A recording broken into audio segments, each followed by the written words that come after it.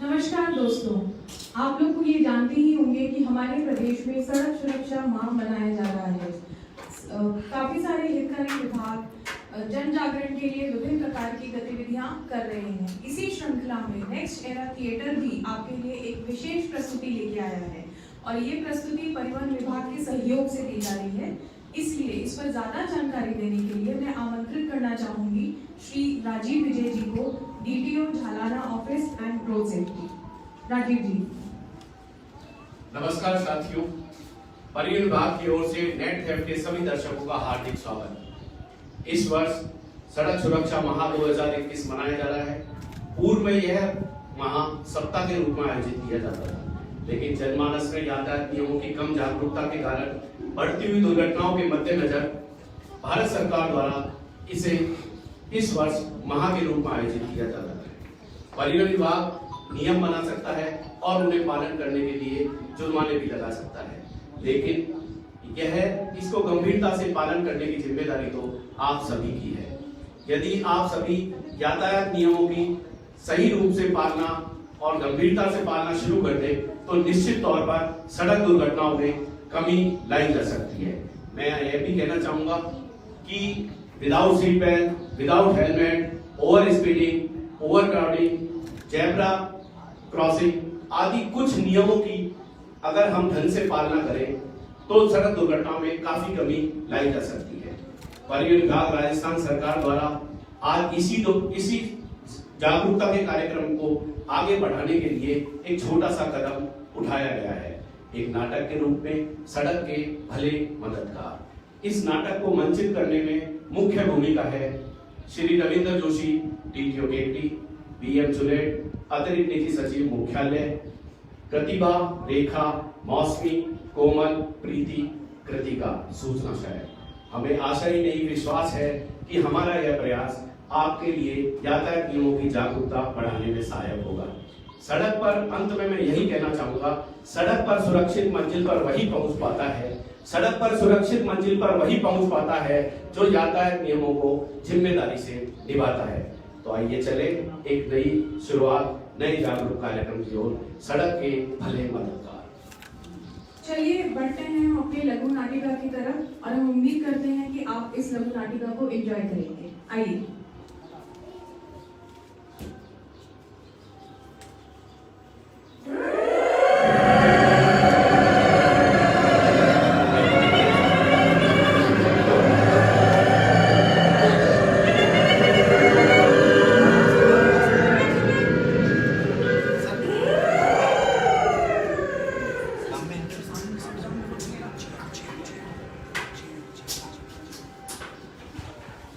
माँ, मैं जा रहा हूं।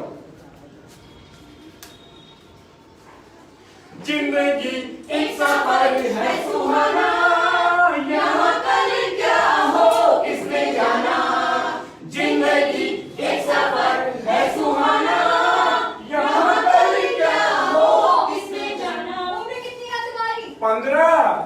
15 और गाड़ी की है वाली। मेरे पापा ने दिलाई है।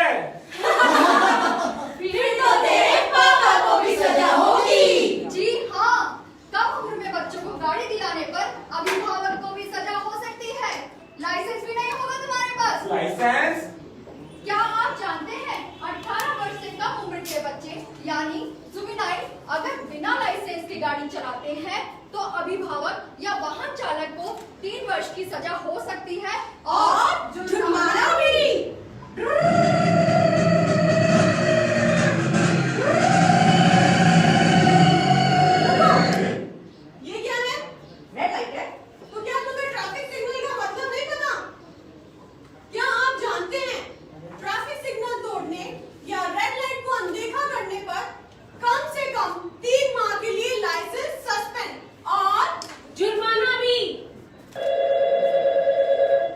हेलो, हाँ मम्मी, हाँ मैं घर के लिए निकल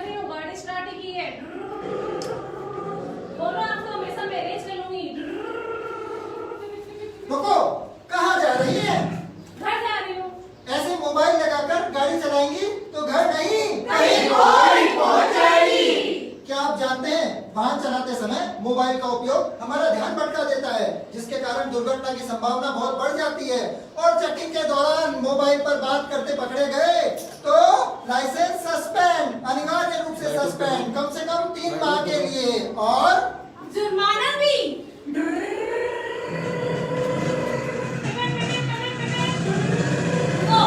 हेलमेट कहाँ है तुम्हारा? हेलमेट नहीं लगाना नादानी है। क्या आप जानते हैं सड़क दुर्घटनाओं में होने वाली 70% मृत्यु का कारण सिर्फ हेलमेट नहीं पहनना है। हेलमेट नहीं पहनने और पकड़े जाने पर जुर्माना। हेलमेट ISI मार्क का ही होना चाहिए, स्ट्रिप बंदी होनी चाहिए।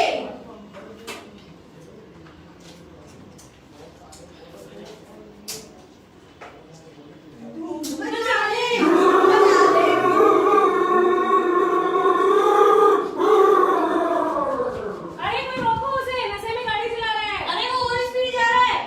अरे कोई रोको उसे, ट्रैफिक पुलिस से बचने के लिए वो गलतियों पे गलतियां करे जा रहा है। अरे कोई रोको उसे।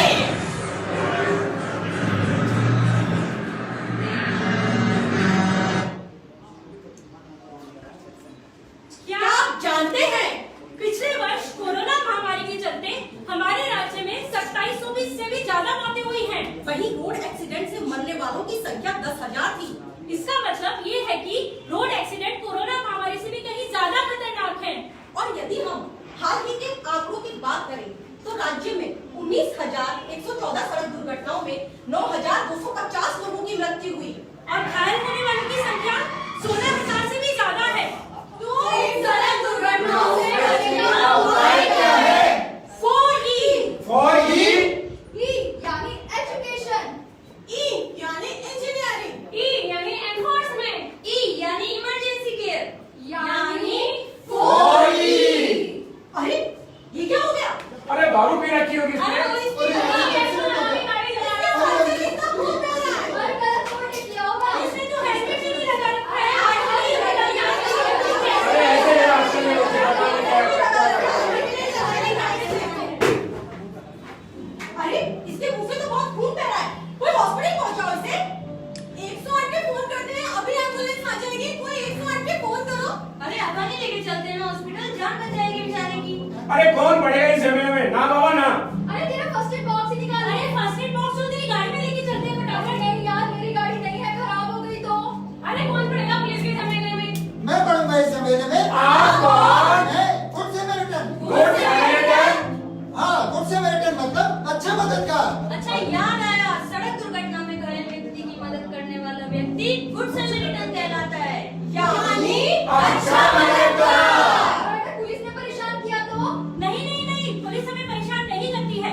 माननीय न्यायालय के आदेश के अनुसार सड़क दुर्घटना में घायल व्यक्ति की मदद करने पर पुलिस हमें परेशान नहीं करती है। माननीय न्यायालय के आदेश के अनुसार, बल्कि मदद करने वाले को सरकार द्वारा पुरस्कृत किया जाता है। और आप गवाह बनना चाहें तो बनिए, अदरवाइज आपको गवाह बनने के लिए कोई बातें नहीं कर सकता। सरकार और कानून दोनों आपके साथ हैं, तो फिर सड़क दुर्घटना में घायल व्यक्ति की मदद में इतनी देर क्यों? अरे वो तो ठीक है भाई साहब, इस इलाज का खर्चा आप देंगे या बहन जी आप? अरे डरो मत, ऐसे मामलों में अब आपसे इलाज के खर्च की मांग भी नहीं की जाएगी। सड़क दुर्घटना में घायल व्यक्ति की मदद करने वाला व्यक्ति गुड सैमरिटन कहलाता है। अब सरकार और कानून दोनों आपके साथ है, तो फिर सड़क दुर्घटना में घायल व्यक्ति की मदद के लिए इतनी देर क्यों? हम करेंगे अच्छी मददगार, हम करेंगे अच्छी मददगार। अरे दूर हटो, दूर हटो। दुर्घटना में घायल व्यक्ति को कभी भी घेर के खड़े नहीं होते, हमेशा उसे हवा आने देनी चाहिए। सर्वप्रथम घायल व्यक्ति को दुर्घटना स्थल से किसी सुरक्षित स्थान पर लेके जाएं। उसके बाद व्यक्ति की नव चेक करें, यदि नव हाथ में ना मिले तो कान के पास देखें। घायल व्यक्ति के सीने पे हल्की हथेलियों से पंपिंग करें और जरूरत पड़ने पर माउथ टू माउथ ऑक्सीजन भी दी जा सकती है। घायल व्यक्ति के सर से अगर ज्यादा खून बह रहा है तो घायल व्यक्ति के सर को थोड़ा सा ऊपर उठाएं और कपड़े से उसके सर को दबाएं। और 108 पर एम्बुलेंस के लिए फोन करना ना भूलें। और हाँ, दुर्घटना के बाद का 1 घंटा गोल्डन आवर कहलाता है। यदि हम इस 1 घंटे में घायल की मदद करें तो उसकी जान बचाई जा सकती है। हाँ जी, टेंशन, छोटी मोटी चौपड़, छोटी मोटी चौपड़। बहन जी,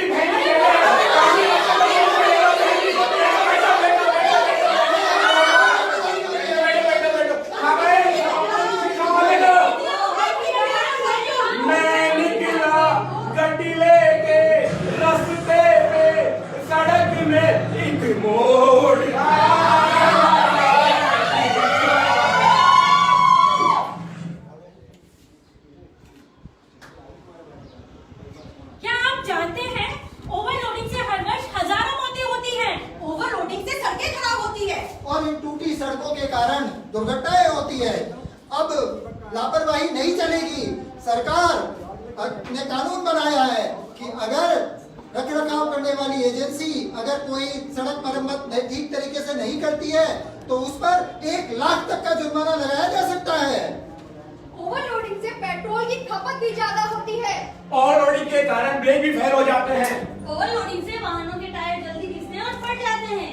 और इन पुराने टायर से हम अपने जीवन पर समझौता नहीं कर सकते हैं। ओवरलोडिंग करता अगर वाहन पाया जाता है तो उसका परमिट जब्त हो जाता है और कम से कम 3 माह के लिए लाइसेंस सस्पेंड हो जाता है और जुर्माना भी।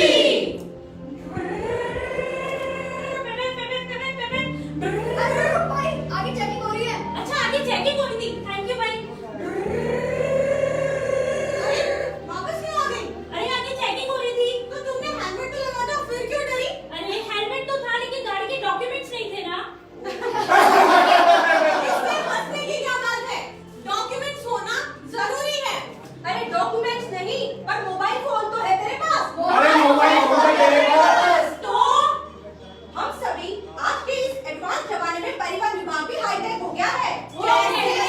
हम सभी अपने मोबाइल फोन पर एम परिवहन और डिजी लॉकर जैसी ऐप को आसानी से इंस्टॉल कर सकते हैं और किसी भी चेकिंग अधिकारी द्वारा पूछे जाने पर उसे दिखा सकते हैं और ये सब वैधानिक रूप से मान्य है। हम सब परिवहन विभाग के साथी युवा शक्ति के माध्यम से परिवर्तन लाना चाहते हैं और यह संदेश देना चाहते हैं। सुरक्षित सफर की शुरुआत जिम्मेदारी के साथ।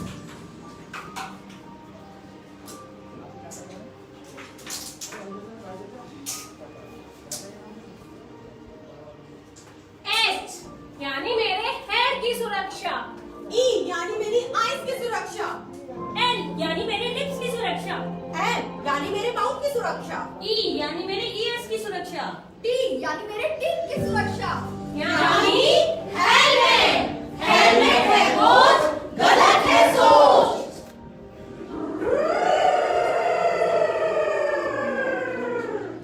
अरे रुकिए रुकिए रुकिए रुकिए, एक बात और बोलूं। यदि हम सब लोग हेलमेट पहन के पूरा नाटक कर सकते हैं तो क्या आप लोग हेलमेट पहन के गाड़ी नहीं चला सकते हैं? और हाँ, अब केवल मूव ऑन नहीं, मूव ऑन सेफ्टी।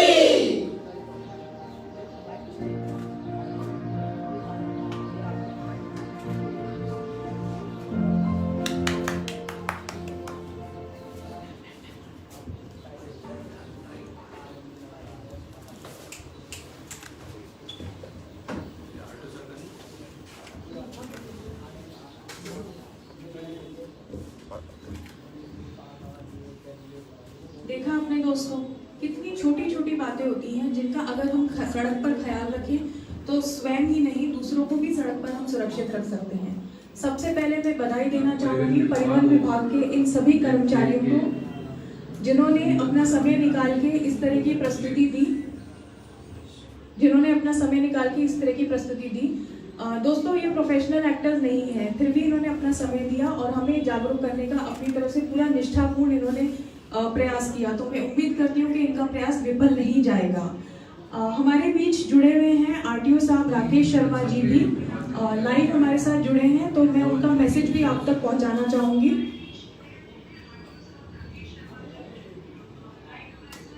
मनाया जा रहा है अभी, और उद्देश्य ये है कि जो रोड्स पे एक्सीडेंट्स होते हैं उसमें छोटी छोटी बातें हैं, अगर उनका लोग ध्यान रखें तो बहुत लाइफ सेव की जा सकती है।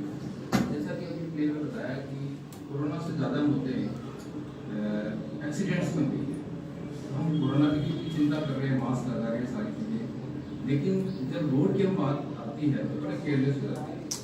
मेरा आप सभी से निवेदन है कि इस प्ले में जो संदेश देने का प्रयास किया है उसको आप लोग फॉलो करें और एक अच्छे नागरिक बने और प्रयास करें कि हेल्थ की जो है अगर बड़े रह जाते हैं आप आगे आगे मदद करें। सरकार कानून सब आपके साथ है। मैं परिवहन विभाग की और हमारी पूरी टीम को बधाई देता हूँ और अपील करता हूँ कि लोग इससे सबक लें और हमारा सहयोग करें। इससे पहले कि हम आगे बढ़ें, मैं मैं बधाई देना चाहूँगी नेक्स्ट एरा थिएटर की पूरी टीम को, जिन्होंने ये अनूठा प्रयास किया है जिसमें हम घर बैठकर सोशल मीडिया के थ्रू इस तरह के जागरूकता और मनोरंजक पूर्ण प्रोग्राम देख पा रहे हैं। तो नेक्स्ट एरा थिएटर के लिए भी बहुत बहुत बधाइयाँ। और आगे बढ़ने के लिए मैं एक बार फिर से आमंत्रित करूँगी श्री राजीव विजय जी को। सर, इससे पहले कि ये प्रोग्राम हम खत्म करें, कुछ प्रश्न हैं जो हम चाहेंगे कि आप जनता के साथ साझा करें उनके उत्तर। सबसे पहले सर, जो परिवहन विभाग है उसको नोडल एजेंसी कहा जाता है सड़क सुरक्षा के लिए, तो आपसे मैं ये जानना चाहूँगी कि हमारा विभाग सड़क सुरक्षा को मद्देनजर रखते हुए किस तरह के प्रयास कर रहा है जो कि जनता को जानने चाहिए। देखिए, इस बारे में सुप्रीम कोर्ट की गाइडलाइन पर पूरे राज्य में परिवहन प्रकोष्ठ स्थापित किया गया है, सड़क सुरक्षा प्रकोष्ठ, जिसका हेड ऑफिस हमारे परिवहन मुख्यालय जयपुर में है। और इसमें रोड से रिलेटेड, एक्सीडेंट से रिलेटेड सभी हितधारक विभाग जुड़े हुए हैं, जैसे police, transport, education, road railing agency और एडमिनिस्ट्रेटिव और CMHOs। तो इन सभी के डिपार्टमेंट से सबके काम है, जो सब एग्जाई रूप से इनकी प्रति माह और हर जिले के अंदर जिला सुरक्षा सेल बनाया गया है और उसकी हर माह उनकी मीटिंग होती है। इन मीटिंगों में विभिन्न तरह की पॉलिसीज बनाकर उनका क्रियान्वयन किया जाता है। इस विषय में मैं यहाँ ये कहना चाहूँगा कि जब से इस तरह की रोड दुर्घटनाएं बढ़ रही हैं, तो डिपार्टमेंट भी उनका पर्टिकुलर्स टू द पॉइंट किस तरह से हम उन दुर्घटनाओं को कम कर सकें, जैसे ब्लैक स्पॉट्स वगैरह हैं, इन सब का भी इसमें पुलिस, ट्रांसपोर्ट और रोड रेलिंग एजेंसी के संबंधित इंजीनियर्स को मिलाकर एक टीम बनाकर उनका सर्वे कराया जाता है, उनको जल्दी से जल्दी निराकृत किया जाता है। इसी तरह विभिन्न समितियां भी बनी हुई हैं और विभिन्न स्वयंसेवी संस्थाओं के भी उनके हर तरह की विचार लेकर, उनकी एक्सपर्टीज से लेकर इस विषय में बहुत सारे काम किए जा रहे हैं। साथ ही जैसे विभाग को मॉडर्नाइजेशन के रूप में एन परिवहन और डिजी लॉकर 2 ऐप भी दी गई हैं, जिसमें एन परिवहन से आप सारे डॉक्यूमेंट अपलोड कर आप डिजी लॉकर में सेव करके रोड पर जब आप गाड़ी चलाएं तो उन्हें दिखा सकते हैं, उसमें किसी आपकी जो डिजिटल फॉर्म है वो मान ले। इसी तरह कई तरह के नवाचार विभाग में चल रहे हैं, लाइसेंस प्रक्रिया को सरल बनाया जा रहा है और ऑनलाइन सब कुछ किया गया है। इसी तरह से विभिन्न जो समितियां हैं उनके माध्यम से भी काफी सारे वर्क किए जा रहे हैं। और जैसे department online education, online webinar आयोजन, इस तरह के भी बहुत सारे कार्य कर रहे हैं। और विभाग के कर्मचारियों को भी समय समय पर विभिन्न संस्थाओं द्वारा या विभिन्न एजेंसियों द्वारा अपडेशन और अपग्रेड किया जाता है। इस तरह के काफी कुछ कार्य चल रहे हैं और हमें निश्चित है कि हम आने वाले समय में इस पर काफी कंट्रोल कर पाएंगे। धन्यवाद सर। मेरा दूसरा प्रश्न रविंदर जी से है। सर, अक्सर देखा गया है कि ज़्यादातर जो दुर्घटनाएं हैं वो हाईवेज के आसपास होती हैं और विशेषज्ञों का कहना है कि बाकी अगर कारण उसमें जो भी स्टडी किए जाते हैं उसमें 2 मुख्य कारण ये भी निकल के आते हैं कि एक तो ट्रैफिक सेग्रीगेटेड नहीं है हमारे हाईवेज पे, और एक इलीगल पार्किंग की, हैवी कमर्शियल व्हीकल की इलीगल की पार्किंग की समस्या बहुत है। तो डिपार्टमेंट की तरफ से एनफोर्समेंट के क्या प्रयास किए जा रहे हैं कि ये प्रॉब्लम को हम सॉल्व कर सकें? जैसा आपने बताया, सड़क सुरक्षा के क्षेत्र में, हर क्षेत्र में केवल एक बिंदु पर नहीं, ये एक समग्र प्रयास है और हर बिंदु को देखते हुए विभाग की ओर से और जो हितधारक विभाग हैं सभी, पुलिस, मेडिकल और अन्य विभाग, इन सभी की तरफ से प्रयास किए जा रहे हैं। और जैसा आपने जिन बिंदुओं के बारे में बताया कि हाँ, ये कॉमर्शियल व्हीकल की जो पार्किंग है और कुछ अन्य समस्याएं हैं जो सड़क दुर्घटनाओं को कारित करने के कारण हो सकते हैं, तो उन दुर्घटनाओं को रोकने के लिए भी निरंतर प्रयास किए जा रहे हैं। पुलिस विभाग द्वारा भी ऐसे नो पार्किंग जोन घोषित किए गए हैं और वहाँ पर निरंतर कार्रवाई की जा रही है और प्रयास समझाइश के थ्रू भी प्रयास चल रहा है। वाहन चालकों को समझाया जाता है कि भाई इस तरह आप रात्रि के समय रिफ्लेक्टर लगाएं और अपनी गाड़ी को ले वे में ही पार्क करें, जिससे सड़क दुर्घटनाओं की संभावनाओं को कम से कम किया जा सके। ये मेरा तीसरा प्रश्न आप दोनों से ही है। हम अपने व्यूअर्स को कुछ टिप्स देना चाहेंगे कि रात्रि के समय जब वो ट्रैवल कर रहे हैं तो उन्हें विशेषकर किन बातों का ध्यान रखना चाहिए ताकि वो दुर्घटना का शिकार ना हो।